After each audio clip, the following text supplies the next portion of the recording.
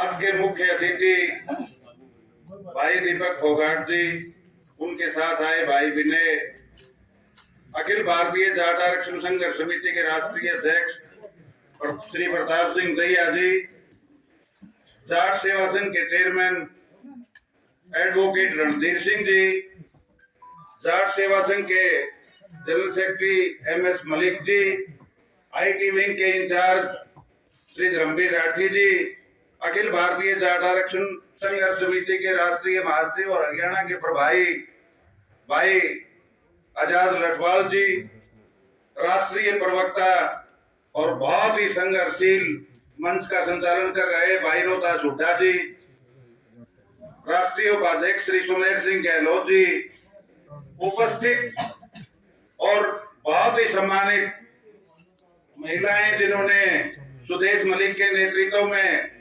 गुड़गांव में महिला समिति का महिला विंग का गठन किया है, और प्रदेश और राष्ट्रीय कार्यकारिणी के सभी सदस्यगण, सभी जनों के जाट आरक्षण संघर्ष समिति के प्रधान और जाट सेवा संघ के संयोजक और उपस्थित हरियाणा भर से आई हुई जाट सरदारी,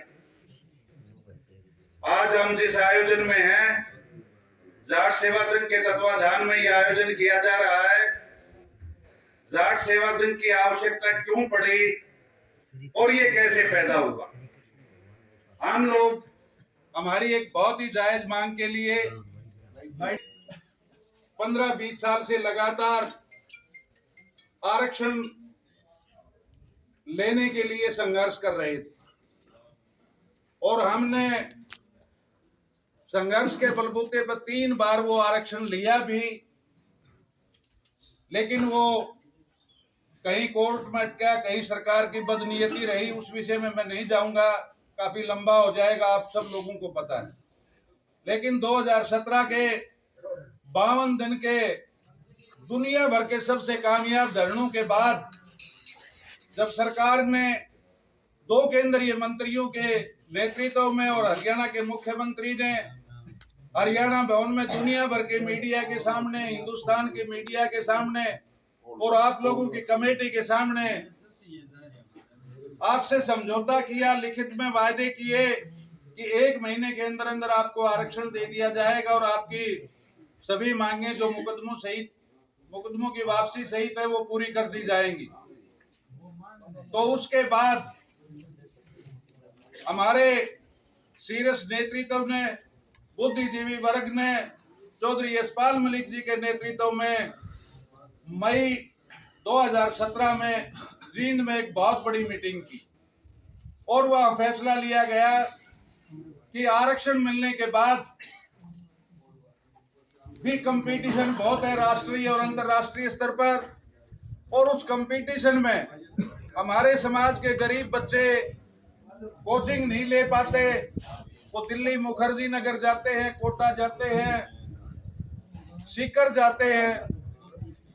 तो इसलिए एक ऐसी व्यवस्था की जाए, दीनबंधु चौधरी छोटूराम के पद चिन्हों पर चलते हुए एक ऐसी संस्था का निर्माण किया जाए जहां हम उन बच्चों को प्रॉपरली कोचिंग दे सकें।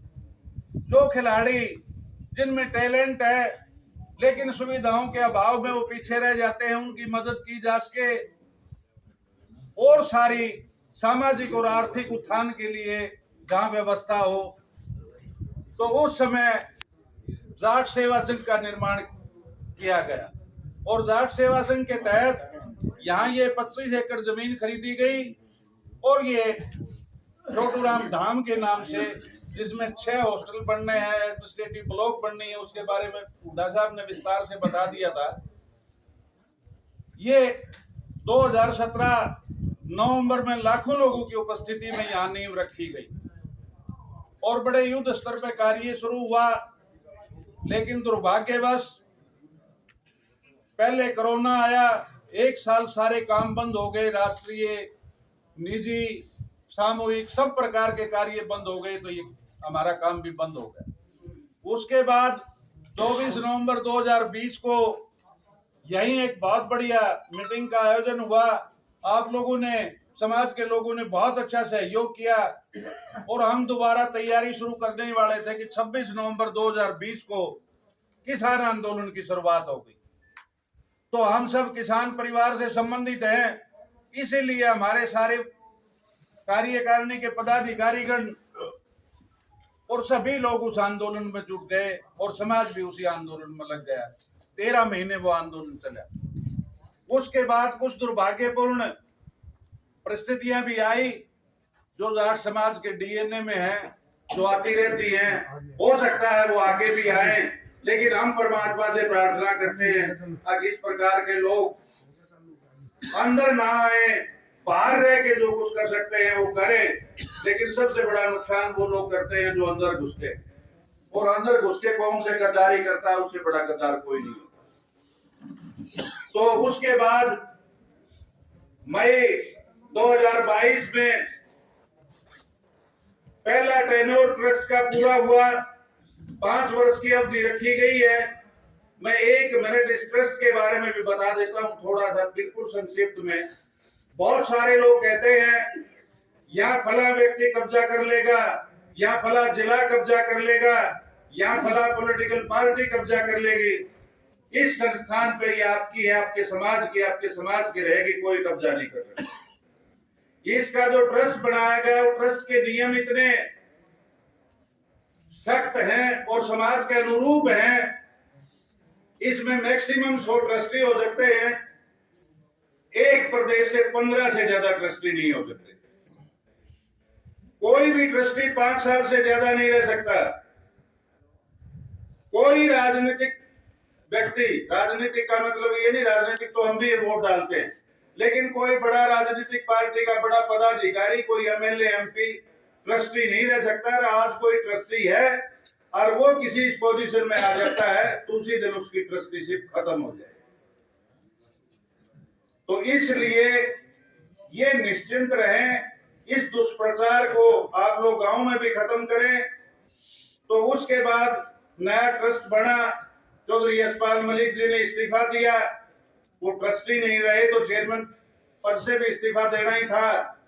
वो संयोजक हैं जाट आरक्षण संघर्ष समिति के भी और सेवा सिंह के भी।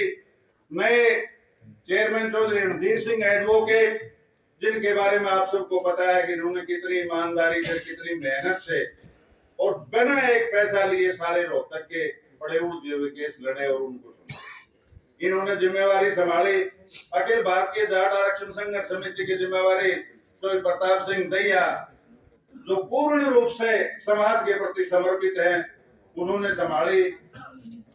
तो आज जिस मुकाम पे उस मई 15 के बाद, मई 22 के बाद जिस प्रकार से आप लोगों के सहयोग से काम सुचारू रूप से चल रहा है, इससे उम्मीद लगती है कि आने वाले 4-5 साल में अगर यही गति रही तो हम जो कल्पना की थी हमारे बुद्धिजीवियों ने, चौधरी यशपाल मलिक जी ने, कि ये इतना बड़ा सुंदर और इतना सुसज्जित कैंपस बनेगा, वो कैंपस 5 साल के अंदर वो पूर्ण होकर के तैयार होगा।